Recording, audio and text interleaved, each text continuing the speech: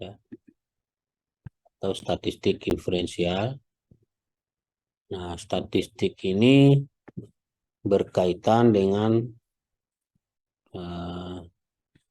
penerapan teknik-teknik statistik untuk menaksir dan atau menguji karakteristik populasi yang dihipotesiskan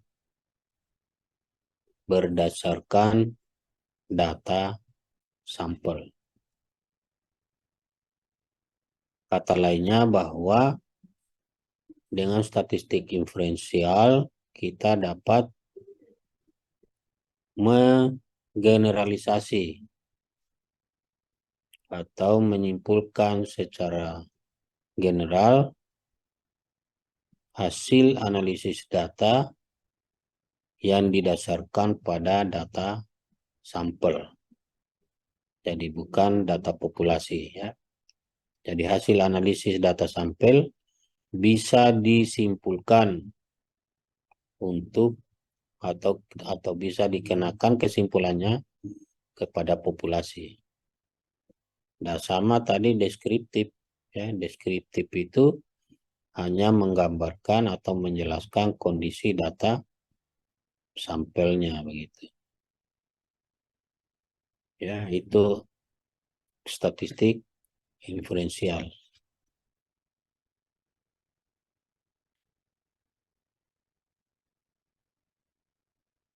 Nah, dalam penggunaan statistik inferensial, beberapa syarat yang biasa yang harus dipenuhi, yang harus dipenuhi adalah data itu harus berdistribusi normal, diuji dulu kenormalannya. Yang kedua, data itu harus bersifat homogen. Dan ketiga, data itu harus diambil secara acak. Ya. Nah, kalau terpenuhi ketiga hal tersebut, terutama distribusinya, maka kita bisa menggunakan statistik parametrik. Oh ya, sebelum saya sampai ke ini, bahwa statistik inferensial itu ada dua ya, statistik parametrik dan non-parametrik. Nah, statistik parametrik ini harus memenuhi syarat tadi, kenormalan, homogen, dan dari data yang diperoleh secara acak. Tetapi kalau hasil pengujian data itu tidak normal atau tidak homogen atau diambil mungkin tidak secara random melainkan dengan dasar purposif, maka dapat kita olah data itu, analisis data itu dengan menggunakan statistik non parametrik gitu ya. Yang mudah-mudahan di antara statistik non parametrik itu bisa diskusikan nanti atau ada waktu untuk kita mengambil contohnya ya. Ya itu. Baik, kita mulai statistik parametrik ini dengan statistik inferensial ini dengan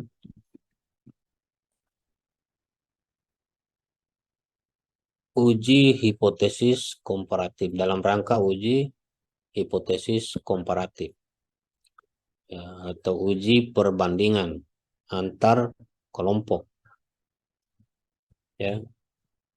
Ada 2 kelompok, ada 3 kelompok atau lebih. Nah, seringkali dalam penelitian kan seperti itu ya, kita ingin membandingkan antara kelompok.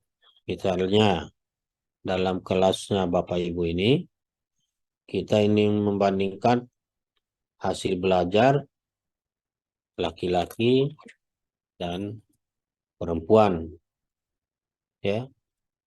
Nah, itu membandingkan. Kita ingin membandingkan kinerja misalnya dari karyawan, ya, dari karyawan pada pekerjaan yang berbeda, misalnya apa, atau pada jenis pendidikan yang berbeda, begitu ya. Nah, itu namanya uji komparatif, menguji perbedaan. Nah, statistik dasar yang dapat digunakan untuk menguji perbedaan ini adalah yang pertama uji T, dan yang kedua analisis varians. Uji T ini statistik yang menguji hipotesis komparatif untuk dua kelompok data, dua kelompok sampel. Sedangkan statistik analisis varians itu digunakan untuk menguji hipotesis lebih dari dua kelompok. Menguji hipotesis komparatif lebih dari dua kelompok. Itu analisis varians yang mempunyai tugas untuk itu.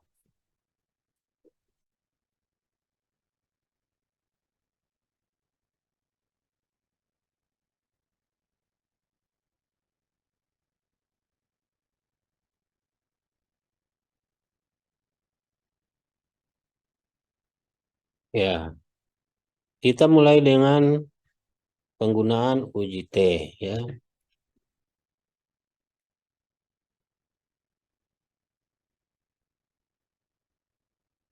Uji T adalah salah satu tes statistik atau salah satu statistik yang digunakan untuk menguji kebenaran atau kesalahan hipotesis nol atau hipotesis nihil yang dinyatakan dalam bentuk statement atau hipotesis yang berbunyi di antara dua rata-rata hitung tidak terdapat perbedaan yang signifikan. Kalau digunakan dalam bahasa lain atau dinyatakan dalam bahasa lainnya, tidak ada perbedaan dua rata-rata yang signifikan. Jadi itu hipotesis nihil atau hipotesis nol. Itu yang diuji dengan statistik uji T. Ya. Atau dengan rumusan permasalahan, ya. Apakah kalau contoh tadi ya, Bapak dan Ibu dua kelompok laki-laki dan perempuan ya. Apakah ada perbedaan rata-rata hasil belajar antara mahasiswa laki-laki dan mahasiswa perempuan? Itu rumusan masalahnya. Lalu hipotesisnya akan berbunyi tidak ada perbedaan hasil belajar antara mahasiswa perempuan dan mahasiswa laki-laki. Ya, itu bunyi hipotesisnya yang diuji secara statistik dengan menggunakan uji T. Ya, jadi membandingkan dua kelompok. Oke. Nah,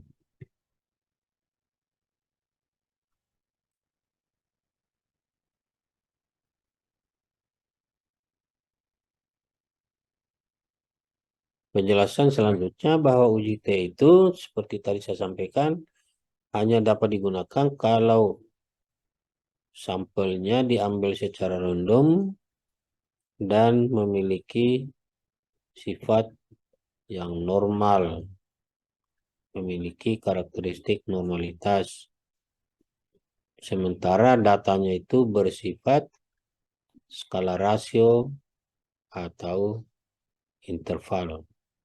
Ya. Jadi yang bisa dibandingkan itu kalau datanya itu data rasio dan atau data interval.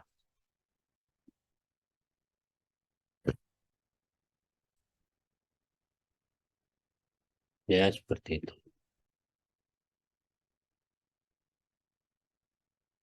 Ya. Uji T itu berlaku untuk sampel yang berkorelasi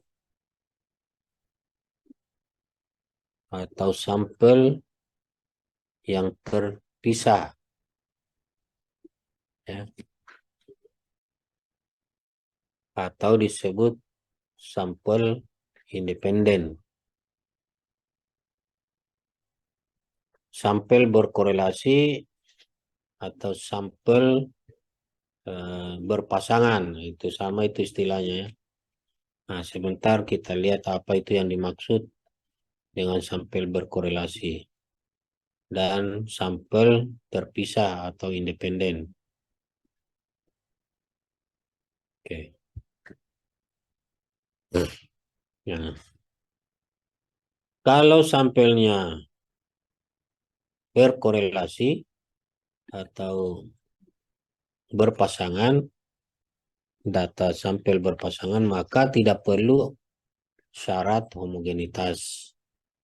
Tapi kalau sampelnya independen atau sampel terpisah, maka syarat penggunaan uji T harus dipenuhi, yaitu homogen, normal, dan dari populasi yang diambil sampel secara acak.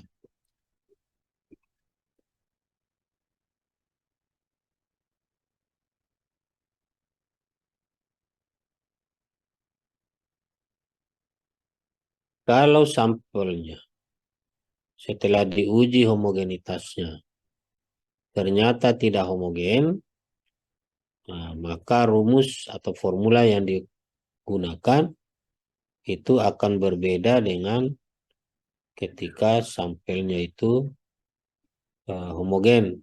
Ya. Jadi kalau sampelnya itu tadi saya katakan tidak homogen, dengan kata lain heterogen, nah, rumusnya itu berbeda ya dengan kalau sampelnya itu rumus T maksudnya. Maksud saya, rumus uji T-nya itu akan berbeda. Kita selanjutnya perlu memahami tahapan-tahapan atau langkah-langkah dalam menggunakan uji T itu. Ya. Yang pertama bahwa sampel, ya kembali lagi tadi sudah dijelaskan sebenarnya.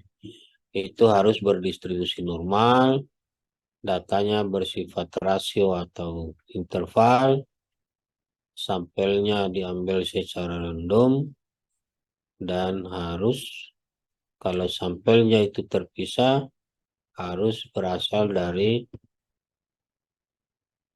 varians yang homogen. Yaitu adanya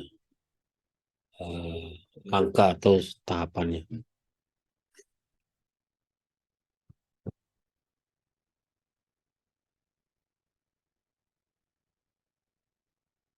Oke, bagaimana kita mengambil contoh ya? Mulai dengan sampel berkorelasi. Sampel berkorelasi yang dimaksudkan itu kalau datanya itu dari satu sampel tapi menghasilkan dua data, ya, menghasilkan dua kelompok data. Saya ambil contoh. Misalnya kelas ini ya, kelas komunitas. Jadi berapa jumlahnya ini? Komunitas kelas komunitas 19, Prof. oh, 19, Pak. berapa? 16 ya? 20, Prof. 19, Pak, Prof. 20 di Iya, Prof. Jaga bumi. 19. Nah, misalnya di kelompok ini kan satu kelompok ya.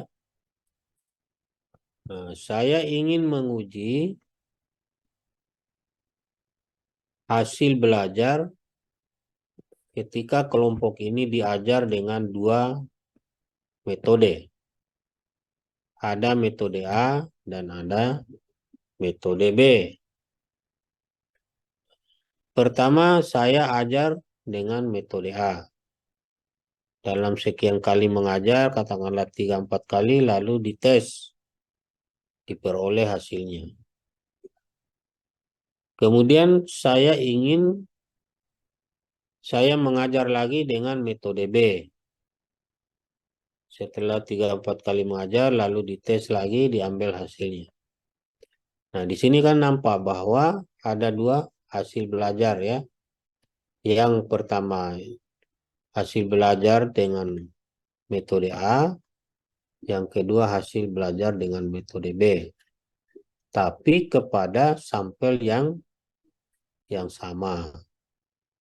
Nah, dua hasil belajar inilah yang dibandingkan.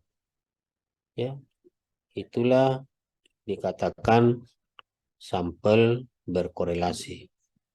Jadi satu kelompok sampel, tapi kita akan memperoleh dua data ya atau dua treatment sehingga kita akan membandingkan keefektifan dari treatment tersebut. Begitu. Nah, rumusnya adalah seperti ini ya, rumusnya. T hitung sama dengan TH, T ini T hitung sama dengan X1 rata-rata atau rata-rata X1 atau rata-rata XA kalau contoh tadi minus X2 rata-rata dibagi dengan akar kuadrat sigma D kuadrat, D ini deviasi dikurang sigma D dikuadratkan, deviasinya dikuadratkan. Kalau yang di depannya ini deviasi kuadrat. Kalau yang ini deviasi dikuadratkan. Jadi beda itu ya.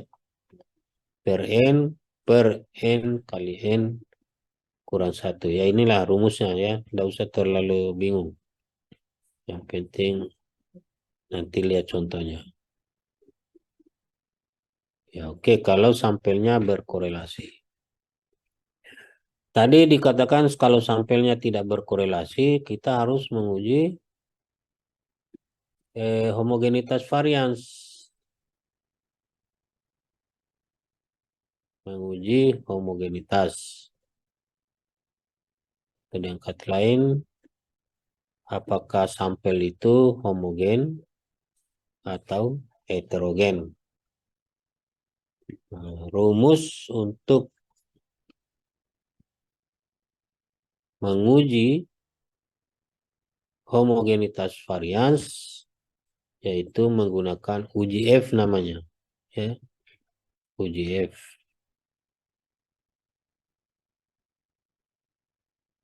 Yang rumusnya seperti ini. F sama dengan varians 1 dibagi dengan varians 2.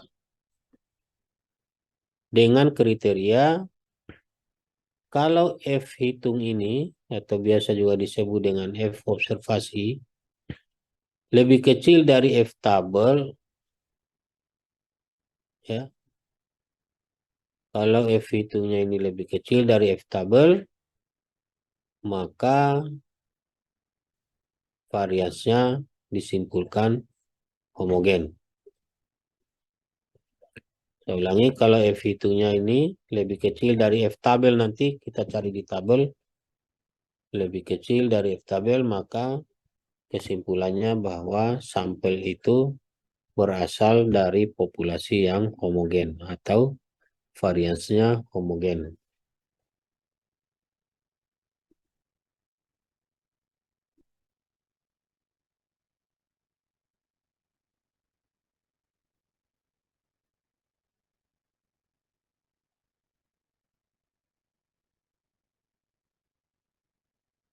Ya, jadi itu untuk kalau sampelnya terpisah atau sampel independen. Jadi harus diawali dengan menguji homogenitas varians. Nah, rumus uji T-nya untuk sampel independen seperti ini ya. Kalau sampelnya homogen, nah rumusnya ini. Kalau sampelnya heterogen, rumusnya yang di bawah. Masih lihat ya. Nah, kalau sampelnya homogen, rumus T-nya itu seperti ini.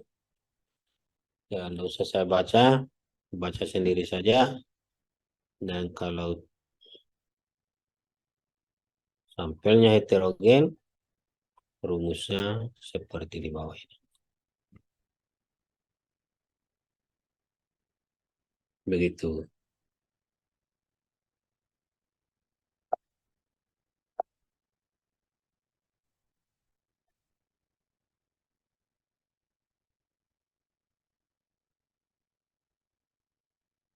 Ya. Mari kita ke contoh.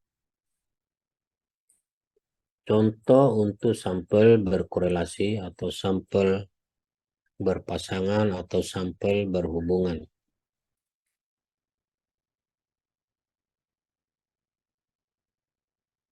Ya. Misalnya seorang guru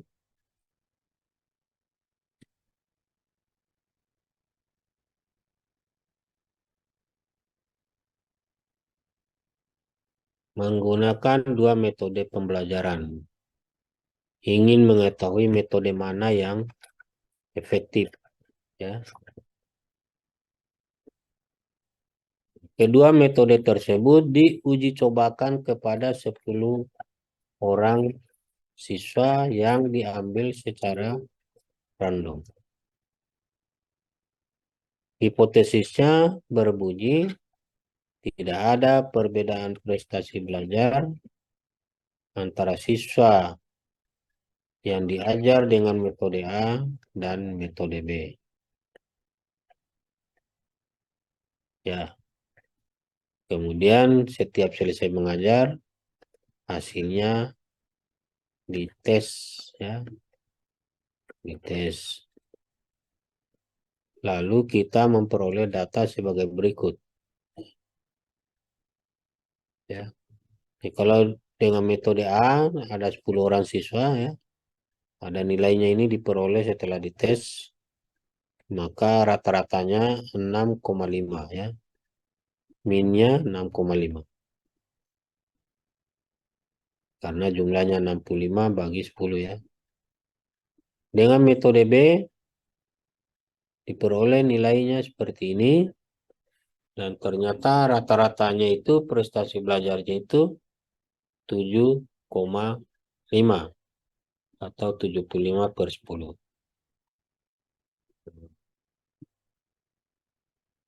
Tadi di rumusnya itu ada D kuadrat dan ada D dikuadratkan.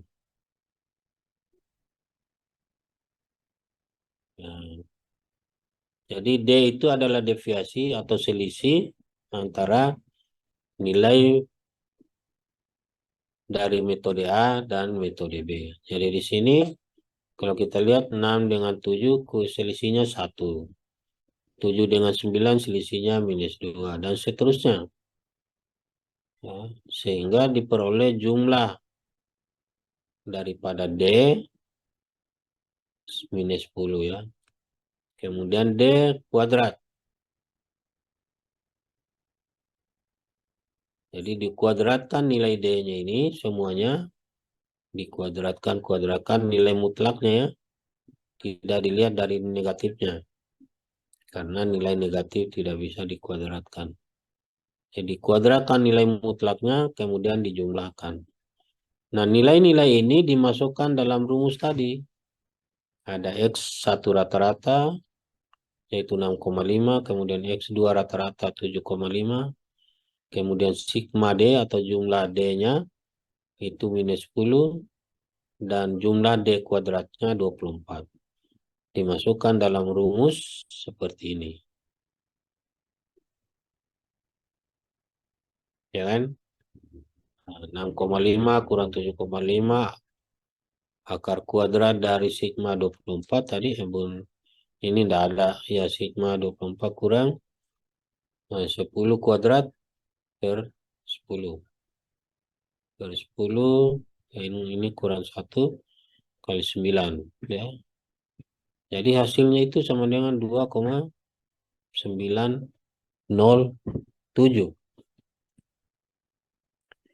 Ini namanya T hitungnya. T hitungnya. Kriterianya, jika T hitung lebih besar dari T tabel, maka H0 ditolak. Kalau kebalikannya, maka H0 diterima.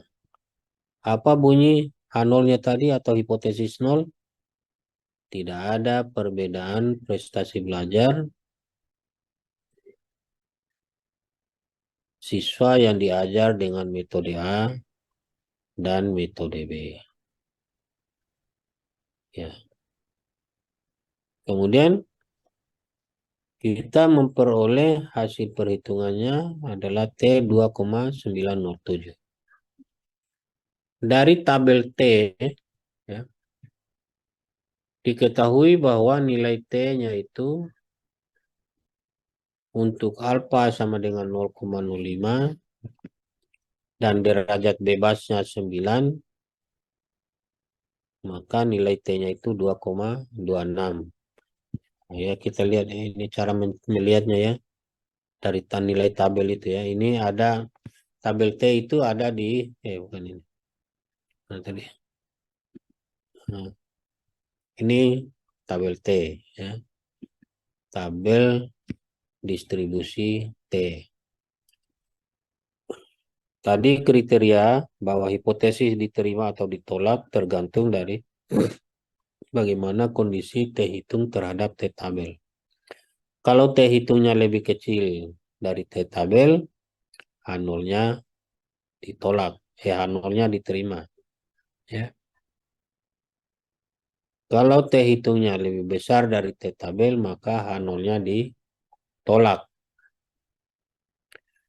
Nah, kita punya data hasil perhitungan tadi 2,902. Sementara T tabel tadi derajat alfanya itu kan berapa? 0,05 atau 5%.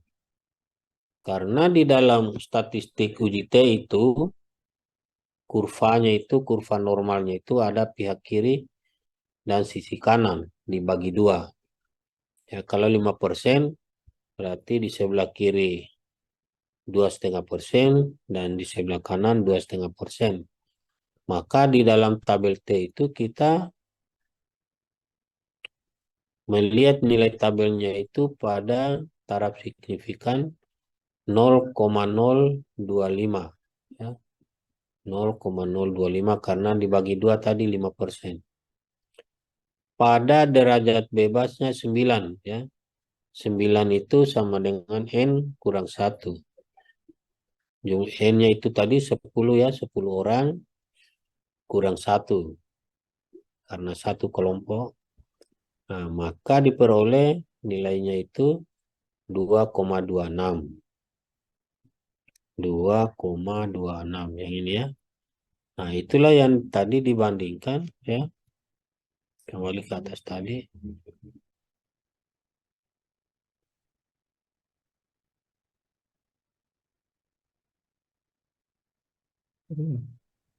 Ya, ini dibandingkan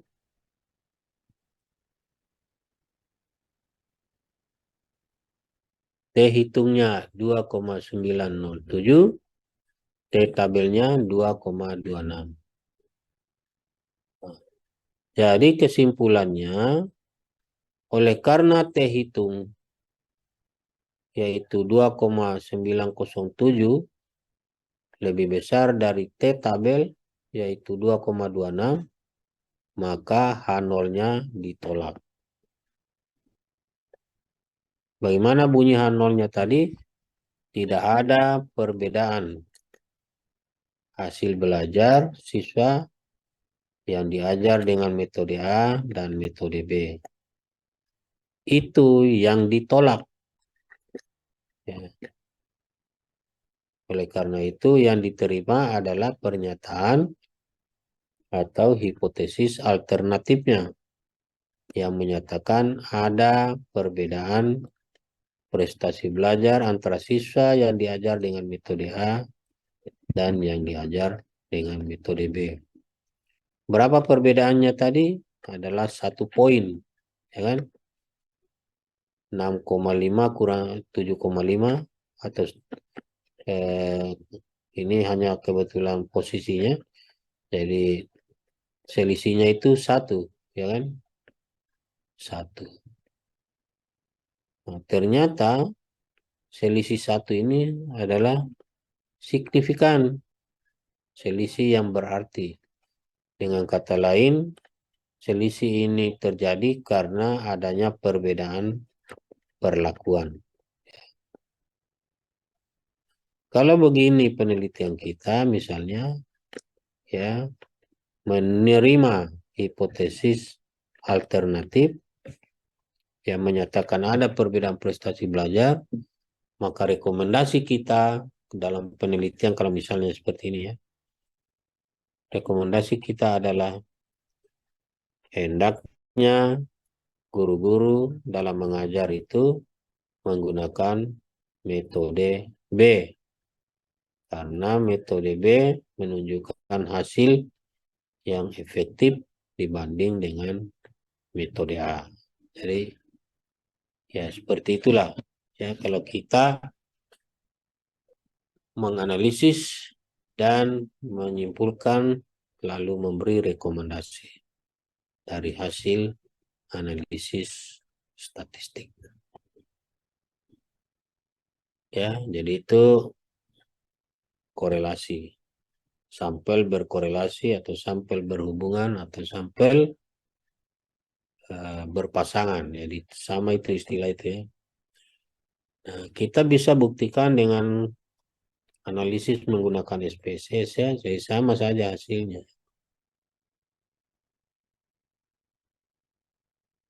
Ya rata-rata ini sampel berpasangan ya. Kalau digunakan SPSS hasilnya seperti ini.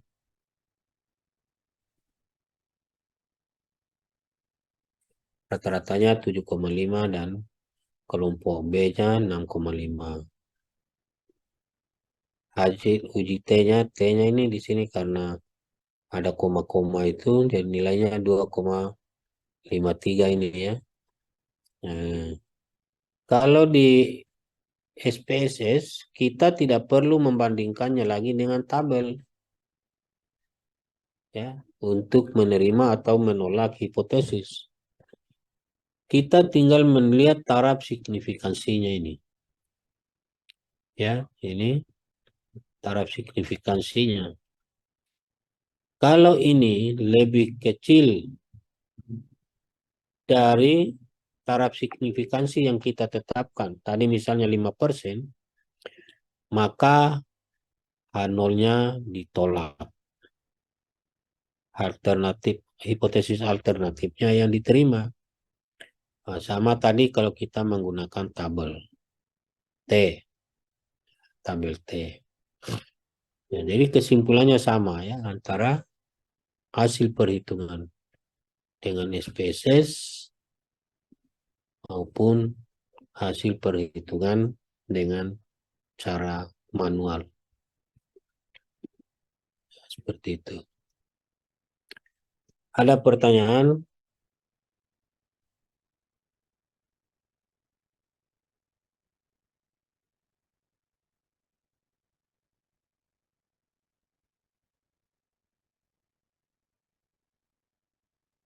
Izin Pak Prof. Ya, Nah, silakan. Bismillahirrahmanirrahim. Assalamualaikum warahmatullahi wabarakatuh. Assalamualaikum warahmatullahi wabarakatuh. Eh, Terima kasih. Tadi sudah dijelaskan atau dipaparkan masalah tentang ada hipotesis. Yang pertanyakan di sini Pak Prof itu ada uji hipotesis uji T dan ada analisis varians. Yang sepertinya di sini simbol dari uji T, simbolnya T apa itu Pak Prof? Simbol T. Simbol T enggak ada, simbolnya aja T saja. T. Oh, masuk keterangannya, masuknya sudah berdiri sendiri Pak Prof ya. Ya, jadi kalau dari aslinya di bahasa, kalau di buku statistik itu student T istilahnya, ya. T student. Tapi sudah dibahasakan dalam penggunaan Indonesianya itu statistik uji T. Nggak pakai simbol-simbol, ya. Nggak ada di simbolnya khusus. Dibilang uji T, ya uji T saja, kan? Yang mana fungsinya itu atau tugasnya itu daripada uji T ini adalah membandingkan dua kelompok data populasi atau data sampel. Begitu.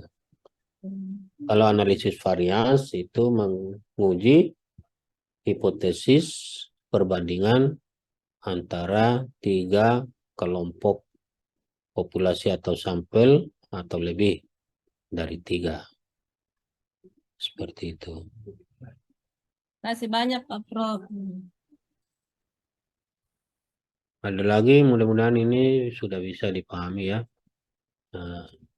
Izin Prof bertanya. Ya, silakan. Terima kasih sebelumnya Prof atas kesempatannya. Assalamualaikum warahmatullahi wabarakatuh. Assalamualaikum. Menarik tadi Prof penjelasannya terkait dengan statistik deskriptif dan statistik influensial atau parametrik. Sempat saya catat tadi Prof, statistik deskriptif itu tujuannya untuk melihat penyebaran data penelitian. Kemudian ada untuk statistik parametrik tadi terbagi menjadi dua, ada GT untuk menguji dua kelompok data sampel, kemudian yang kedua analisis varian untuk menguji lebih dari tiga kelompok data. Jadi pertanyaan Prof, kapan kira-kira kalau dalam penelitian itu kita menggunakan statistik deskriptif atau statistik parametrik, dan bagaimana jika contohnya itu apa kasusnya itu atau kondisinya itu bisa digunakan di statistik parametrik, atau apakah bisa juga digunakan ke statistik deskriptif? Mungkin itu Ya, saja pertanyaannya. Ya, terima kasih Prof. ya, jadi apakah bisa digunakan bersama begitu ya? Statistik deskriptif dan statistik inferensial atau statistik parametrik, begitu ya? Tuh. Ya. Jadi memang sudah lazim ya bahwa keduanya itu kalau penelitian itu adalah penelitian kuantitatif ya,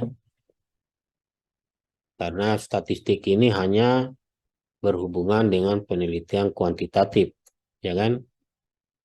Nah, itu dua-duanya bisa lazim sekali digunakan. Sebelum kita menguji, kalau ada hipotesis penelitian itu, maka terlebih dahulu kita itu menjelaskan sifat data atau karakteristik sampel itu secara deskriptif.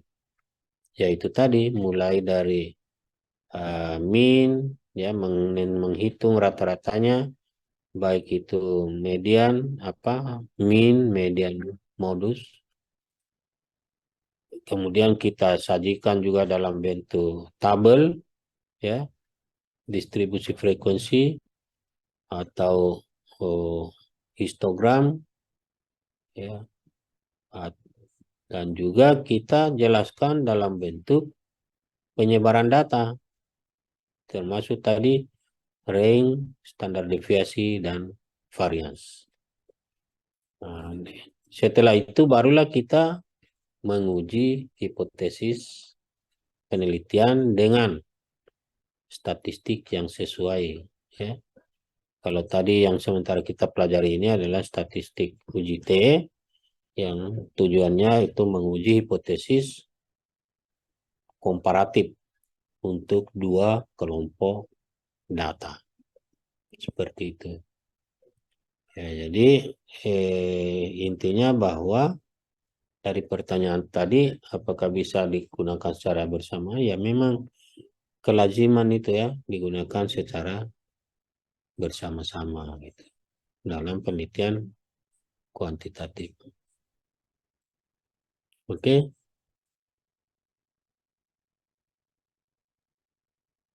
sudah jelas ya? Siap, Prof. Terima kasih jawabannya, Prof. Masih ada lagi yang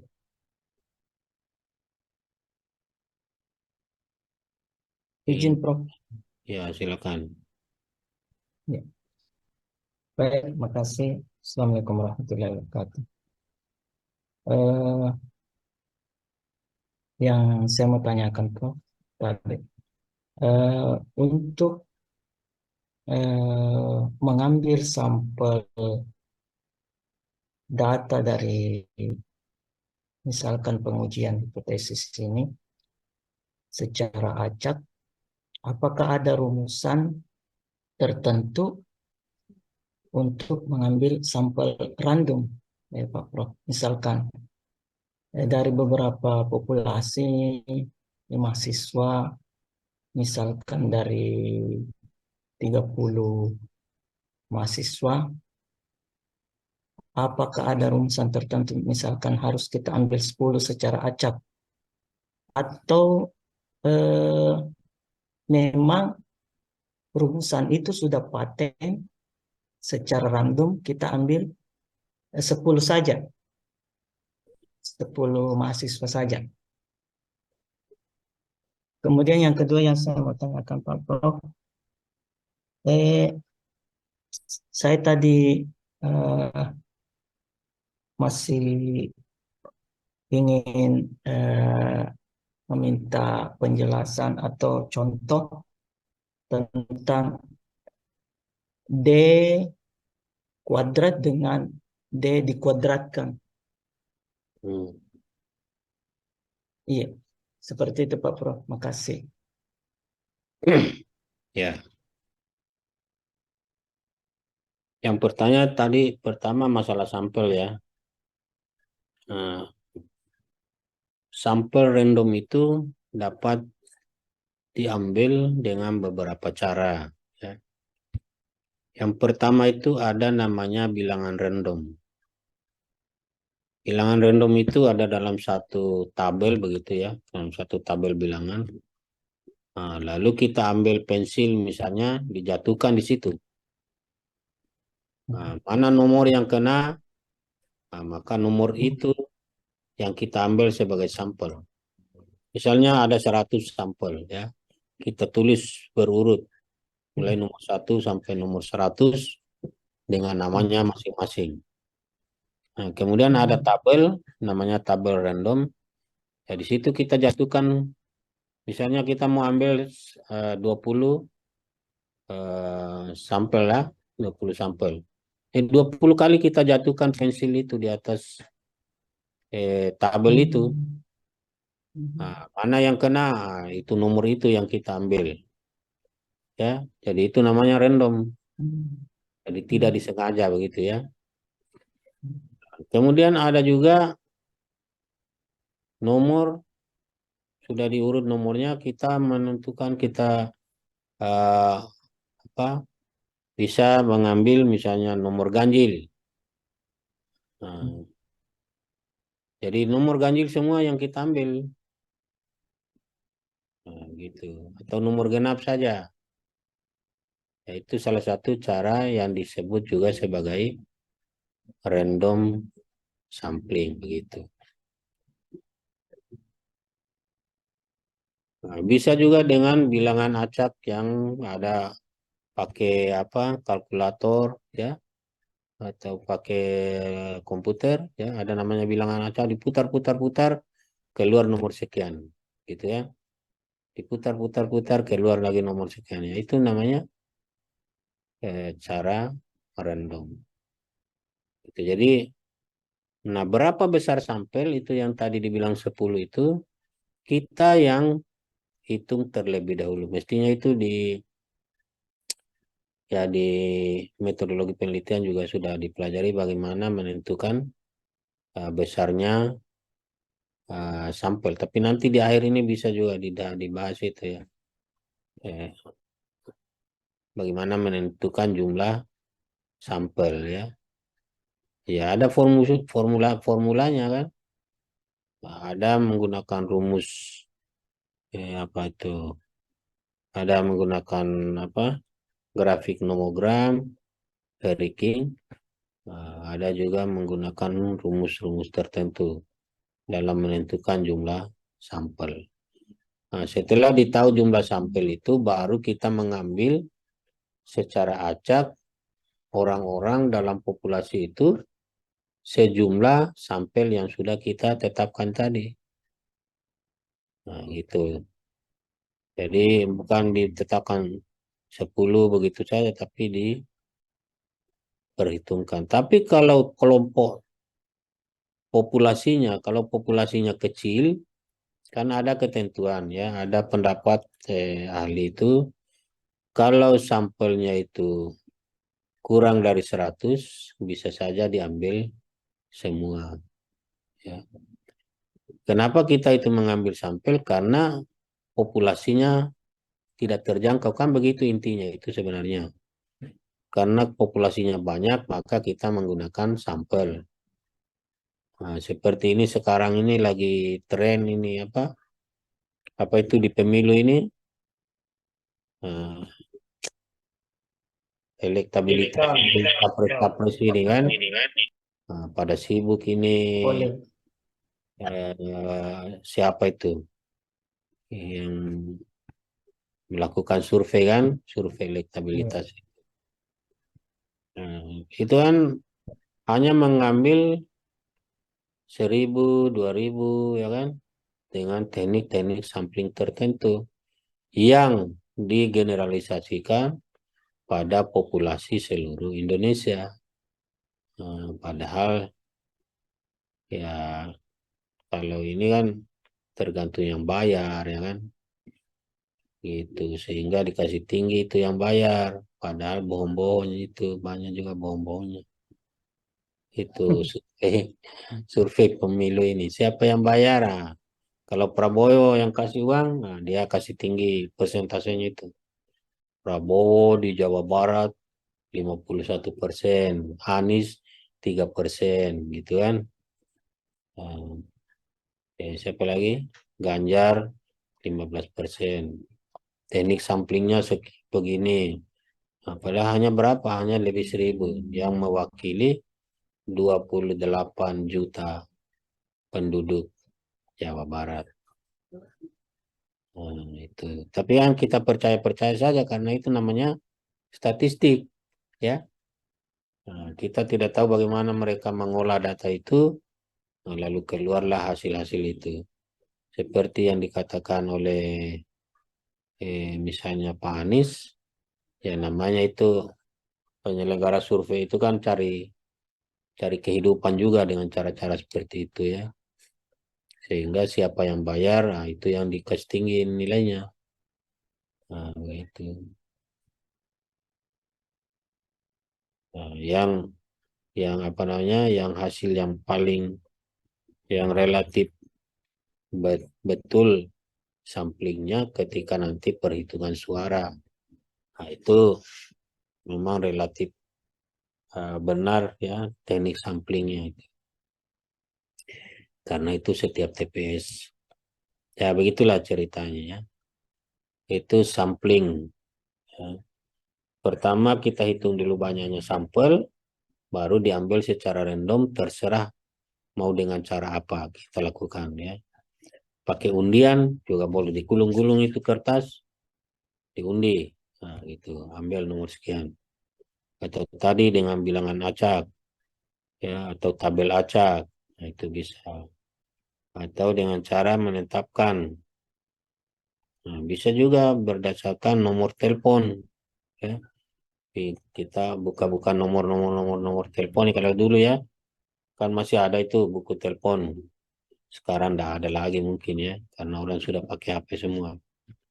Dulu ada itu buku telepon warna kuning itu. Nah, itu juga orang bisa pakai untuk menentukan sampel secara random.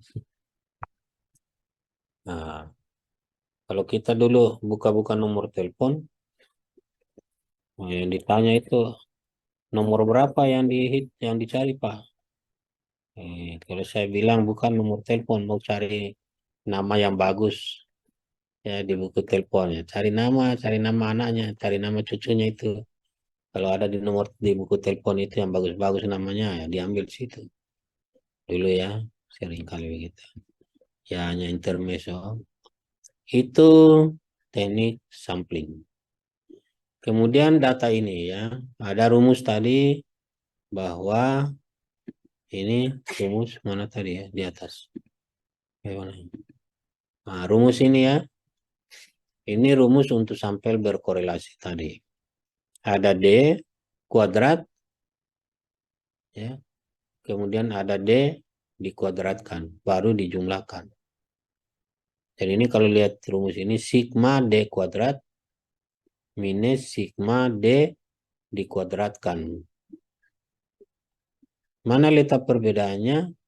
Nah, jelas berbeda ya. Ini, kenapa ini? Ya ini. D itu artinya deviasi, artinya selisih atau simpangan antara hasil metode A dan metode B kalau ini ya, kalau contoh ini. Jadi selisihnya ini 6 dengan 7, 1. Ya, D-nya itu 1. Kemudian ke butir orang yang kedua selisihnya minus 2, 7 kurang 9. Orang ketiga selisihnya juga minus 2 dan seterusnya. Gitu. Kemudian dijumlahkan. Nah, ini dijumlahkan berarti sigma D. Gitu. Sigma D. Nah, kalau dijumlahkan. Kemudian D kuadrat. Ini nilai D ini atau deviasi ini dikuadratkan dulu baru dijumlah. Nah, ya. Dikuadratkan dulu baru disigmakan. Itu namanya sigma D kuadrat. Kalau sigma D dikuadratkan, sigma D dikuadratkan berarti dijumlahkan dulu D-nya baru dikuadratkan. Begitu bedanya. Jelas ya? Jadi ini sigma D, yang ini min 10, nah, dikuadratkan. Kalau ini 24, sigma D kuadrat. Dikuadratkan dulu baru dijumlah. Kalau yang D ini ya dijumlah dulu baru dikuadratkan untuk dimasukkan dalam rumus tadi ya. Sigma D dulu baru dikuadratkan. Sehingga minus 10 dulu baru dikuadratkan. Kalau ini sigma D kuadrat ya. Jadi sudah dikuadratkan baru dijumlahkan. Itu bedanya, jelas? Nah, itu bedanya ya. Oke, ada lagi?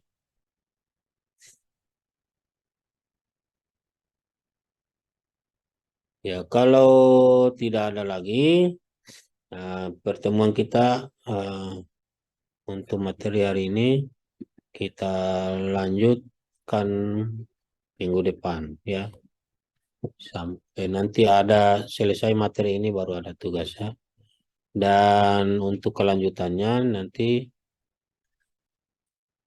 oh ya ada tugasnya ini. Nanti ini tugasnya. Tapi ini belum dipelajari ya. Belum. Tutas ini sudah hampir jam 10.